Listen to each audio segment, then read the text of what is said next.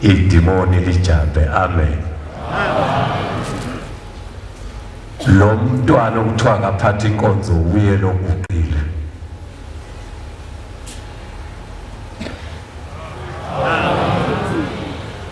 Senginey'nsukwana ngikhona phambi kukaNkulunkulu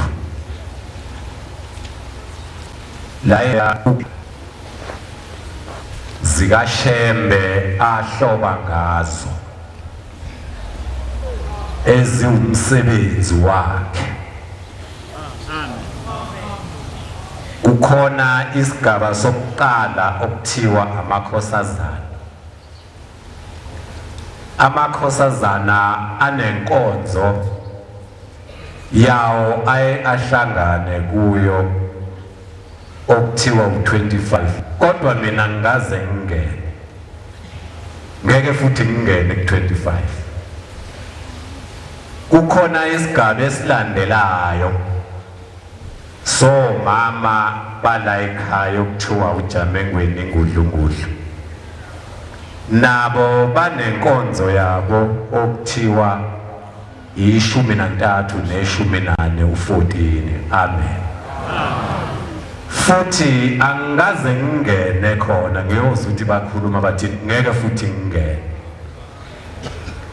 Bese kuba khona inkonzo yobaba amadoda ala esontweni, abanomzana bemizi, nabo banenkonzo yabo uNkulunkulu ahloba ngayo ebizwa kuthiwa ama22 ama23. Angikaze ngingene, ngelinye ilanga ngiyoke ngidlule eminyango. NgoJulayi ngiyobe ngenza 20 eminyaka neminyaka eyisithupha, ngathunywa uNkulunkulu ukuthi ngibe negama lesonto engibiza ngalo. Kodwa kukho noyedwa umuntu engake ngamtshela umthetho wasekuphakameni. Ngibona sengathi kukhona icala eliphezulu kwami. Kukhona abantu abathi uma bejabulile bethi eSandanezwe umthetho kawukho, angazi batshelwa ubani.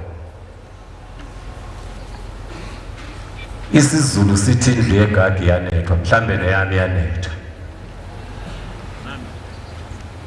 Ake sihlabelele ngoba sisesontweni sicela uNkulunkulu abe nathi. Ingoma ekhulu elingenalutho nama-50, 105. Akwabangini chubane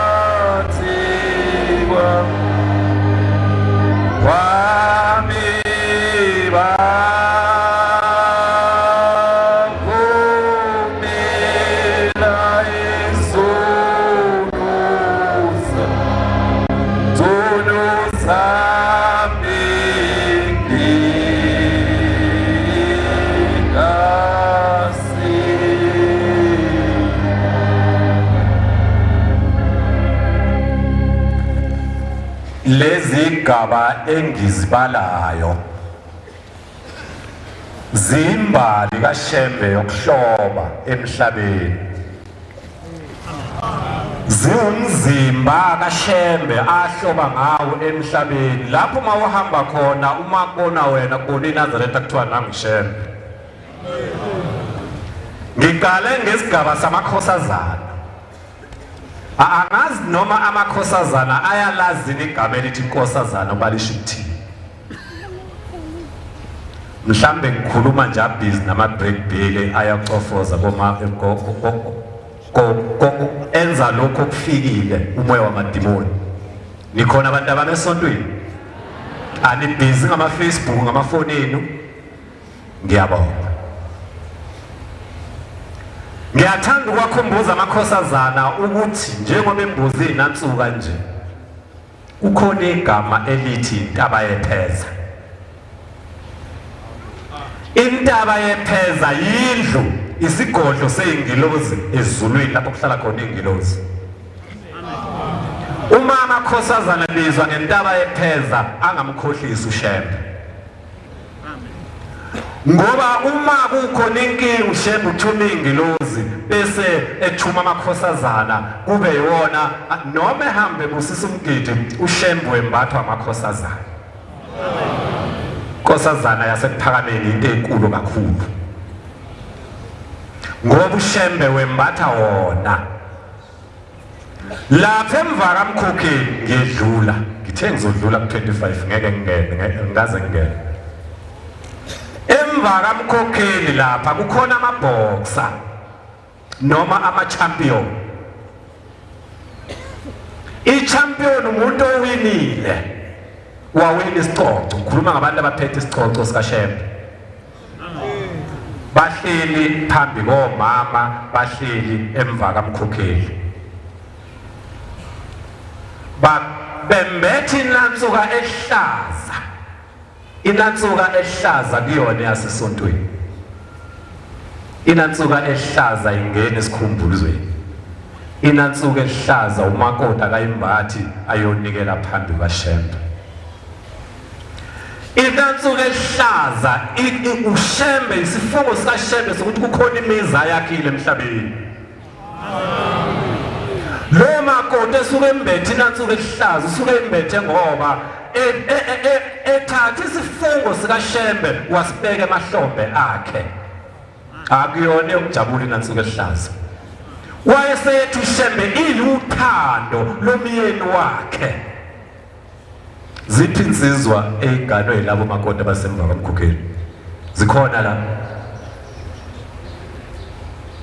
awufunda incwadi eBhayibheli 2 verse 1 angazi noma omama u14 baye babatsheleni omakoti ukuthi njengoba sebesemzini abangazalwa kuyo kufanele baziphathe kanjani wena ojwayele ukufona uthi standardize umthetho awukho uyayithola incwadi yami eBhayibheli uma ngikhuluma ngomakoti abathwele inantsuka ehlaza ngikhuluma ngabantu abafunga kuShembe ukuthi bayolandela uShembe kuze bese kugcineni sengathi bantu abanginane ngabelama labo makoti abahleli lapha inantsuka ehlaza iphuma ezandleni zikaShembe ibusiswa uShembe isayinwa uShembe ukuthi emhlabeni ukhona umuzi kaSibanibani ongowakhile nangumakoti wakhona owakhonza walinda uyayithola lencwadi engiyifunayo ayibhaliwe eBhayibhelini lakho incwadi kaTitos. Ngelinye ilanga la engiya khona kufika bakhona omama sebekhulile la esontweni izosho incwadi ukuthi yini umsebenzi wabo. Kufika umakoti sendlulile kumakhosazana amen. Kodwa ngiyacabanga ukuthi ezwile amakhosazana ukuthi igama elithi intaba yepheza igama elihlala ingilozi ezulwini isigodlo samakhosi sengilozi asezulwini ningazoni ke bantu ababo ningabe ubhukubuku khuluma mana ngilinde baba zokutshela. Ngelinye ilanga kufika umama uhamba nomalokazana wakhe beze enkosini la baba uma lokazana wami akabathola abantwana iminyaka seyimini eshadile ithi inkosi langa uphi umkhwenyana wakhe baba usemsebenzini uyafike nini baba ubuya njalo ngoLwesihlanu. Yayisithula inkosi langa yayisithi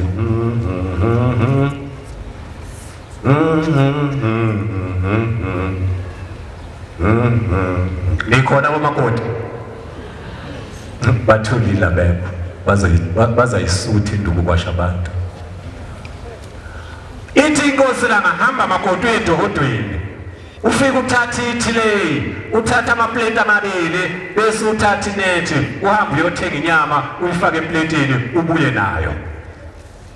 Wahamba lo makoti waye edokodweni wafika wathatha iplate netray wabuya wayothenga inyama wabuya naye enkosini. Yayisithi inkosi hamba ulibeke lapha. Wahamba umakoti wayolibeka itray nenyama umzuzwana. Yayisithi inkosi hamba uthathe le tray engithela ithathe.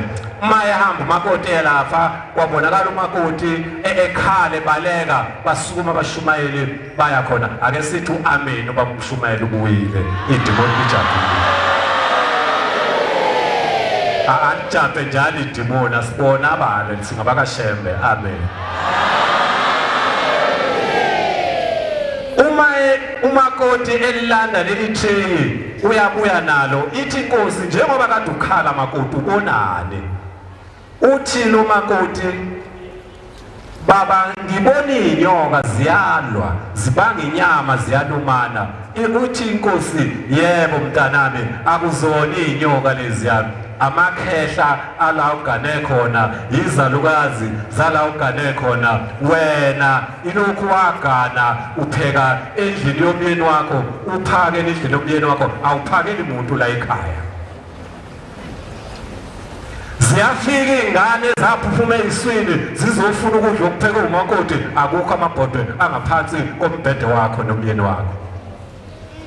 Wena mawuqeda ukupheka uyaphakela eplateni lodwa bese nihlala embhedeni nibhala u4 nifunzane nomyeni wakho idemocracy. Kodwa abala ekhaya bakhipha inkomo bathi balanda umakoti ozokwakha umuzi wena umuzi uwakha ngaphansi kombhede.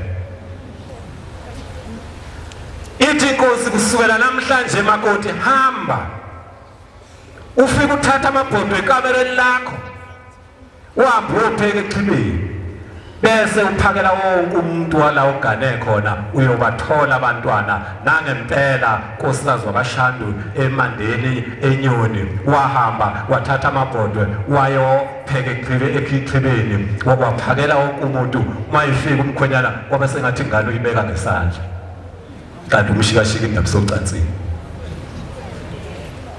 Enenkinga yokuthi akabathola abantwana awufunda incwadi. Ncwadi kaTitus 2 verse lokuqala awuhambe nayo. Kepha khuluma wena okufaneleyo ukufundisa uyisiminya ngokuthi abesilisa abakhulile babe ngabaqondayo abaqotho abahloniphekayo abaqinisekileyo ekukholweni nasekuthandeni nasekubekezeleleni. Kunjalo abesifazane abakhulile babe ngokufanele ungcwele bangabi abahlebayo ngaba izidakwa abafundise okuhle ukuze bafundise abesifazane abasha bathande amadoda abo bathande abantwana babo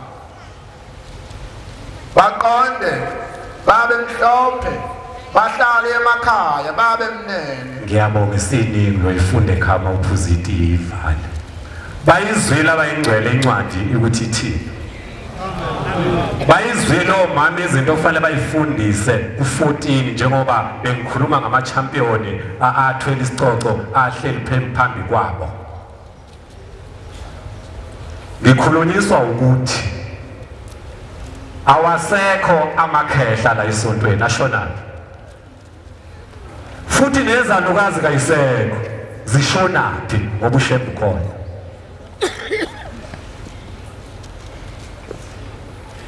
Awasekho amakhehla eNazaretha ashonaphi nezalukazi ayisekho zishonaphi ingoba kukhona umthetho ongasenziwa. Ithi incwadi ekade ngiyifunda ithi amadoda akhulile awabe neqiniso afundise abasha nomama abakhulile abafundise omalokazana ukuthi emzini makuganiwe kuhlalwa kanjani. Bomama niyabafundisa labo makoti abahleli phambi kwenu u14. Cha, asibafundisi babheka phansi. Uyazi into edala ngafaki ibuku ukuthi nginamehla amancane kodwa ngiyabuka. Ake ngibabuze omama ukuthi njengoba bekhona endlini kwakho la uhlala khona unalo yini indishi yakho ogeza ngayo uma usemfuleni engathintwa noma umuntu? Ayikho. Ukhona yini ubheseni nenkomishi nesipunu sakho ukuthi uma usemfuleni usebenzise khona kuphela ungasebenzisi zonke izitsha ezikhona ekhaya? Ezakho lezo ezisebenzisa uma usemfuleni azikho. Hayi umthetho kaShembu sakumile phela. Uzokhula kanjani umyeni wakho uhambe emfuleni uwe uthelwa amanzi ubuye uzomwashela umphekele umedlule nombhede umanzi kanti usemfuleni? Ngikhuluma isingisi ngabo ngani kukhona izingane umanzi ubuye emfuleni uzophekela umyeni wakho uzokhula kanjani? Kusuka namhlanje nikhona esontweni. Asithandazeni ngenhliziyo ukuthi idimoni ehlasela ukushumayele uNkulunkulu akanqobo. Sithandazeni sibe sidla ivangeli. Amen. Ngiyathanda ukuthi wena onefoni enhle fona uthi esanda nezwe awukho umthetho ngoba vele unje udaliwe unje. Uma ungumntwana omncane ukwazi kuma phambi komuntu omdala uhlebe omunye umuntu uzokhula ube indoda enjani kusasa. Ngiyamthanda umfundisi uCwethe khona engithandayo kuye. Uma uya kuye uthi mfundisi uyazi uSpanman wenza ukuthi uyathi asiguqe sithandaze sicela uNkulunkulu kaShembu akukhumbule uye ukuthanda indaba zabanye abantu. Khuluma ezakho. Konje umsombuluko kude ka-20 ngibuyele koma. Kusukela namhlanje bomama hambani nifike nithenga obheseni ababili. Uthenga inkomishi. Uthenga izipunu eziwu4. Uthenga izimfoloko eziwu4.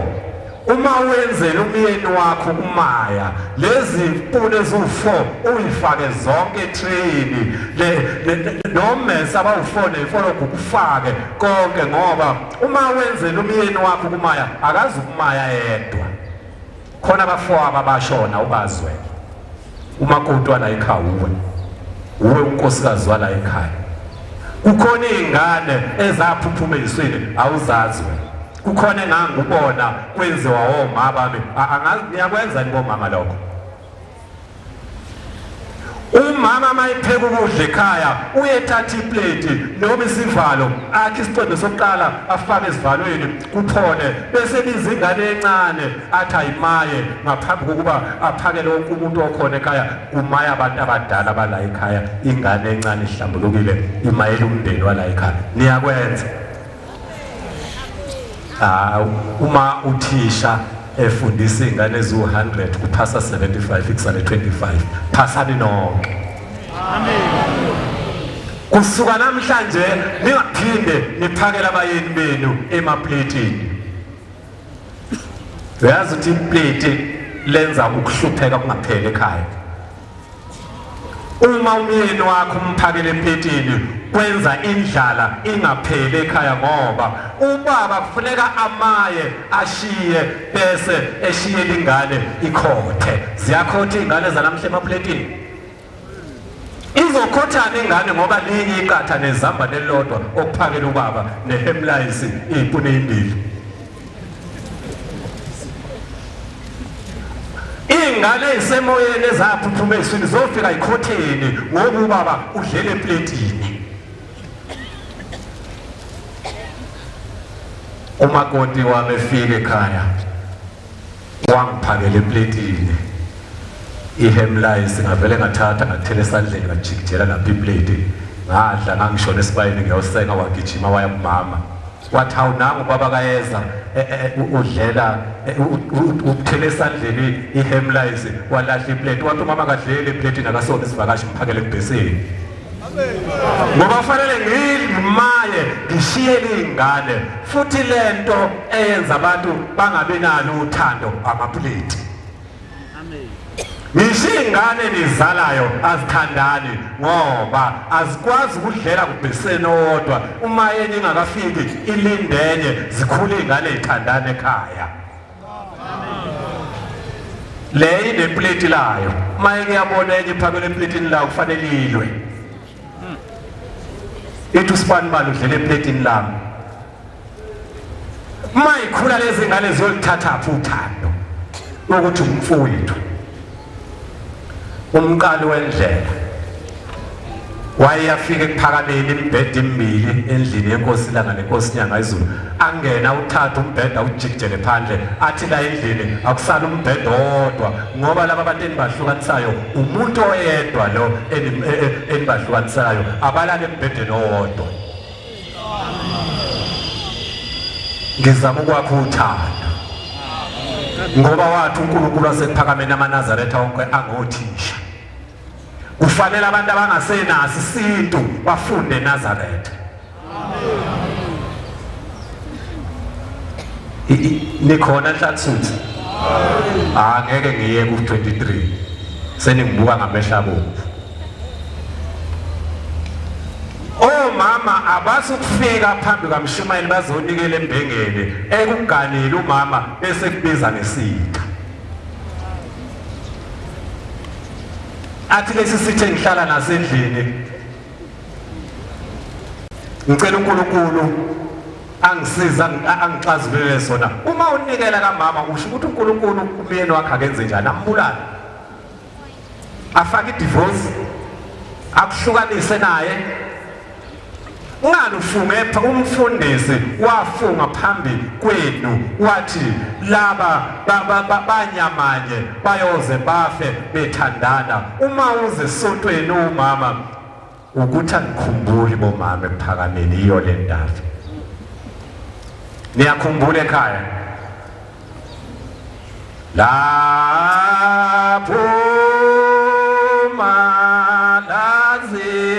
shuna ufuna ukuze inkosikazi yasephakameni ukuthi khona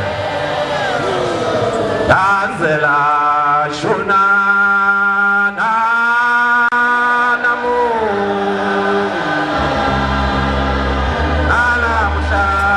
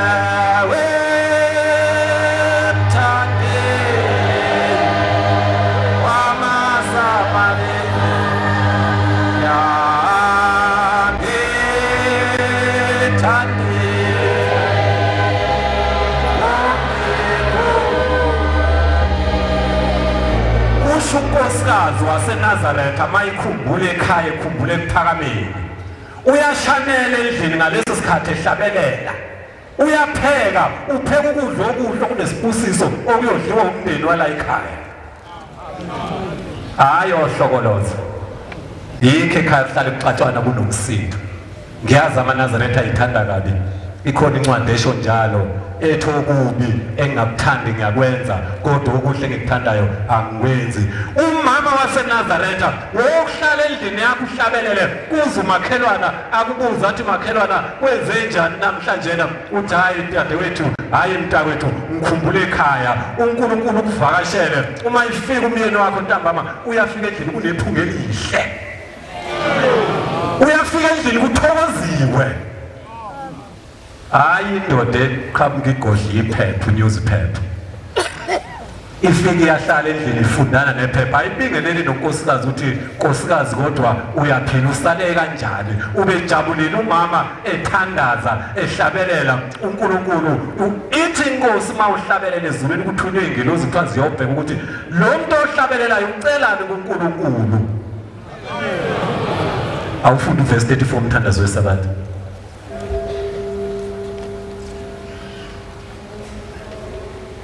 ufika umnumzane uyahlala esofeni ufundana nephepha ufunda izinkinga zabanye abantu eza la ekhaya ayinakile nokubingelela nokubuza izingane mama izingane ziyaphila na into enkulu ehlanganisa abantu ababili uthando lwabantu ababili abantwana awufunde uNkulunkulu akunika wena ndoda oyinhloko yakho inhliziyo yokufundisa indodana yakho ukuhlonipha uyise nokuhlonipha unina wayo awuye verse 39 kusho ukuthi ngiyayiphaza lokho kusho ukuthi mana ijombe noma u43 le ndawo engifuna ingale ithi ndoda nakho hlonipha uNkulunkulu eyinsukwini zokuphila kwakho uyamuza ushemba uthini yenelisa kumthanda umngane isiningi babuye uyosifunde ekhaya mawuphuza ithi ngifuna leyo ndawo yini wena mawubuya emsebenzini uhamba ugoqozisa isikhaftini udlula ama-aphula agcwele itrado uyofika ummingelele ngani unkosikazi ngana amadoda aganiwe athi mayedlula athi ngisathenga umngene endlini yini wena oyithengayo ewumngene endlini uyofika umjabulise nani umama wasendlini ungawuphethe uplastiki ogcwele ama very nice zonke izinto ubani ofanele adle imali yakho omsebenzelayo inhlansuthi yanamhlanje uyangishokini bangaphinde omama beze phambi kwamshumayeli bazothi baneyinkinga endlini nekhona niphila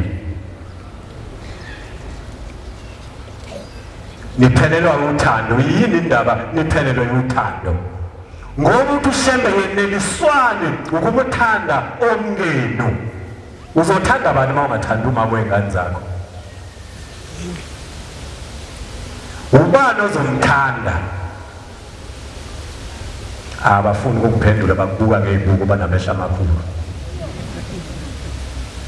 ayifuneki inhlansuthi uyafika umama uzocela imali uphela ushukela indoda besiyitsheka ibheke enqulwini ifunani imali yakho uyinhlansuthi enqulwini ngoba imali yenhlansuthi ihlala la ephaketheni lingaphambili bangaki oyekuthi uma unkoti ezocela imali asavule njengoshukela phela ushukela mawukha uyawusavula ayifuneki inhlansuthi etsheke eceleni ibheke ngapha enqulweni ikhipha isikhwama ikhipha u20 rand hamba mama uyothenga i1 kilo kunje imalini ubuyisa ushintshi lapho kodwa mayibuye emsebenzini nomelatshini idliteke erenkeni zo25 rand ekhaya uthenga i1 kilo abesuthi bathi ukaliphirini ukalishoni uzopheka kanye umama ushukela kuphela uNkulunkulu uzokubusisa kanjani la ekhaya imndeni yala ekhaya izokubusisa kanjani la ekhaya ngoba wena wondle erenkeni sikhona amen ngiyanishekelela ukuthi ngoMvulo wesibili nize ku23 ngiyazi nizobaleka abaningi sibagcina la esabathweni wozani ku23 khona inkomo yahlaba izokuhlaba woza amen niyabanika omakoti imali uma umakoti wakho inhlaksuthi yaseNazaretha efuna ukuyothenga into mnike noma 1000 ahamba yophusha itroli kwaShoprite. Babona abantu baze bambuze bathi mama unesiphaza nathi cha umyeni wami singamaNazaretha uShembe wathi asithandana uyangithanda umyeni wami kusho unkosikazi okuganile. Angabikho umama obiza umyeni wakhe ngesitha. Isikhathi sami sesiphelile. Kade sisenhlangakazi. Sengizokhuluma khona nihlale phansi. Besisenhlangakazi. Sengibekela umphako. Phela umphako ufuneka ungawudli uqede uzophinda udle ngelinye ilanga. Besisenhlangakazi. Amen. Abayanga abaningi abangezwe. Uthi umvangeli umdluli hayi lo khona umvangeli umdluli wasemsizini emaphephethweni lo umqalo wendlela owafikela kuye. Uthi ubaba mkhulu ngesikhathi eqeda ukwakha umuzi wasephakameni wathi ake sivuke ekseni ngo3:30 azosikhombisa uNkulunkulu ahamba naye ubungcwele bukaShembe ahamba naye. Uthi umvangeli umdluli savuka ekseni kusempondo zankomo uma welusa inkomo uyazi ukuthi ngisho ukuthini mangithi kwampondo zankomo. Umfana inkomo mayilahlekile uhamba esinga uyobona ngempondo ukuthi sekusekuthatheni kokusa. Uthi bavuka ekseni ephakameni bavuka kunenkungu ekhephuzelayo engathi umgqokwane ikhazimula wayesethi ubaba mkhulu nangu uJehova engimlethekini bantwana basekuphakameni nangu uNkulunkulu oyingcwele okufanele nemkhonze nabo ubungcwele bukaShembe. Ngikhunjuzwa ukuthi kade sisenhlangakazi. Unyazi lwezulu lwenze ngabonga ukuthi singafiki enhlangakazi ngiyaxoxela ngohlebeli. Futhi asikuyeke ukuthi umzama utshela inkosi ukuthi ayikhiphe umhlangano cha. uShembe akatshelwa umuntu. Akekho umuntu ongatshela uShembe. Uma mina ngizazi ukuthi ngibhincibhe isinene singenabhesha abantu bangibuka izinqa angisukukhomba uDlomo ngithi naye noDlomo ebhesha ubhinqa isinene sodwa ibhesha likho abantu abambuka izinqa kanti yimi nginenkinga. Unyazi lwezulu olwenza ukuthi singafiki enhlangakazi.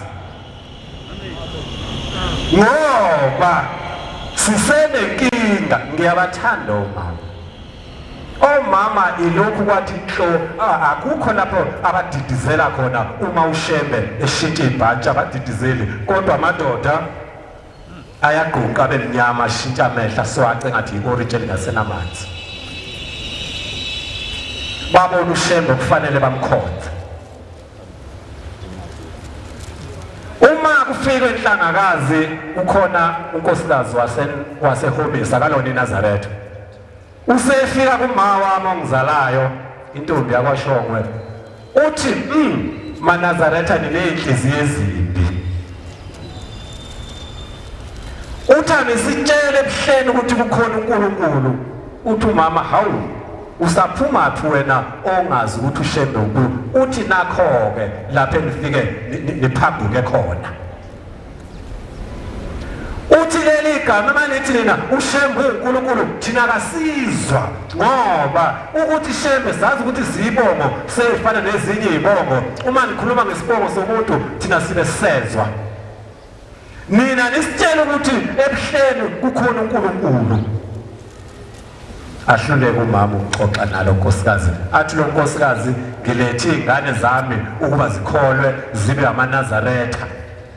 Ngoba ngimbonile uNkulunkulu wasephakameni. Amen. Konje inhlangano iphumele ngolwesingane. Sesikhohliwe.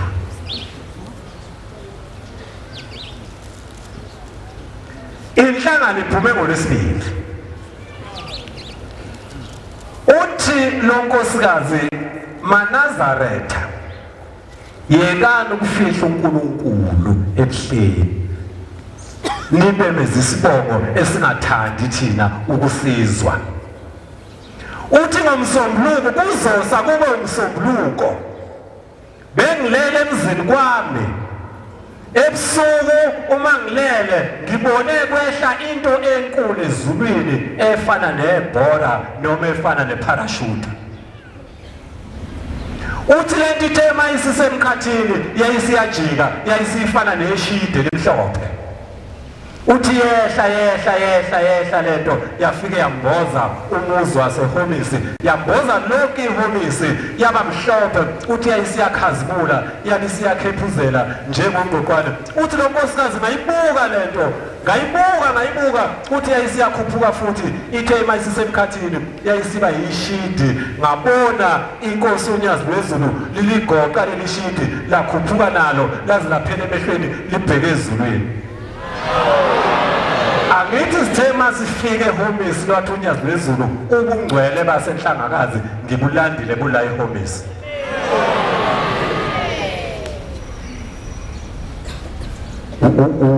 Usalinde iphepho liphethe nokufunda onewspaper emzini waselungisana eJozini inkosi lapha ekhona ibuthile ifukamela amaNazaretha Shembe.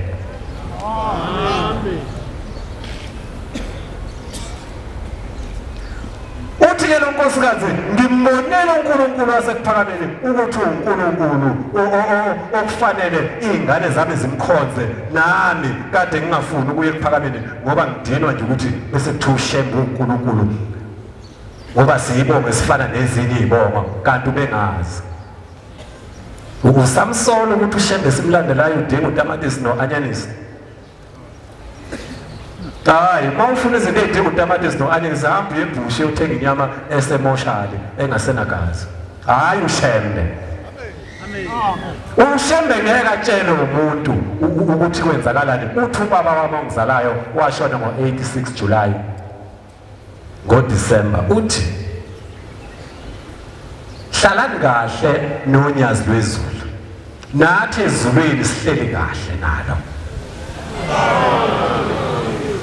Uthi konje nina nisemhlabeni emhlabeni niye nithi uShembe uma ehamba enza umhlangano usuke ebuhleni akasuke ebuhleni uShembe usuke ezulwini. Nina ngoba nisemhlabeni nithi usuke emhlabeni ngoba usuke enzela nina engisemhlabeni. Wathi uyasuka ezulwini ahambe enza umhlangano ahambe egeza abantu ahambe enza yonke imisebenzi. Uma evala umhlangano uyabuya ezezulwini afike abhale egameni elikhulu ukuthi emhlanganweni othile kade nginospanibani ungajwayeli ukuphutha emhlanganweni ngoba wazi uzobhala kuphi. Bantwana abahle basekuphakameni isilwana siyangikhapheza. Bengilingisa iNdiya ngake ngabona iNdiya eThekwini lilunywa zintwala lingafona abantu balibona ukuthi lilunywa zintwala. Lingukhondathi webhasi limemeze abantu lithi wema Claywood Woza Chaswell all stop station lithi isikhathi begibela bese libamba intwala liyichome liziba abantu. Nami kade ngiyithintitha intwala ezingilumayo phambi kaNkulunkulu ngikwazi ukukhona. Akekho umuntu engibhekise kuyena inkulumo ebengiyikhuluma kodwa bengibhekise kimi bengizama ukuzilungisa. Amen. Bengizama ukuzicelela kuShembe ukuthi angikhumbule. Ukuthi njengoba umphefumulo wami usesenenyama kusekude ebuhleni angazi ukufika. Angazi ngizofika nini. Ngifisa ukuthi umphefumulo wami asuhlweni nenyama ngifike ebuhleni ngifike ngimole uShembe kodwa singakhohlwa imithetho kaShembe. Singakhohlwa ukulandela uShembe. Kukhona indaba evelayo. Senza amalungiselelo okuya kwababa uMshumalixaba ngiyadlula. Kodwa mawujwayela inyama enonile ngiyakosela. Ithi inkosi mina uma ngigcoba umuntu ngihambe ngiyokhuluma nomndeni wakhe ongasekho ngimcele ukuthi lo mntwana lo ngifuna ukubeka ingilozi kuye ezosebenza umsebenzi kaShembe uthi lowo muntu awuyahlala phambi kwabo abe umshumayeli abantu bengabonge uNkulunkulu ubongelwa abantu. Ungasoli ke wena uthi hayi kuyaqala kuyokwenziwane waqaba wazi ingilozi kumshumayeli uyoyibonga nini? Ingilozi egadele lithempele uSandaneze uyoyibonga nini ngoba uyazi ukuthi uma ungayazi ukuthi ingilozi ihleli kumshumayeli uyoyibonga nini? Nkosi usemzile amen.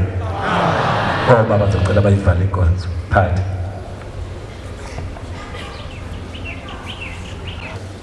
Ubaba umshumayeli uzosibusisela.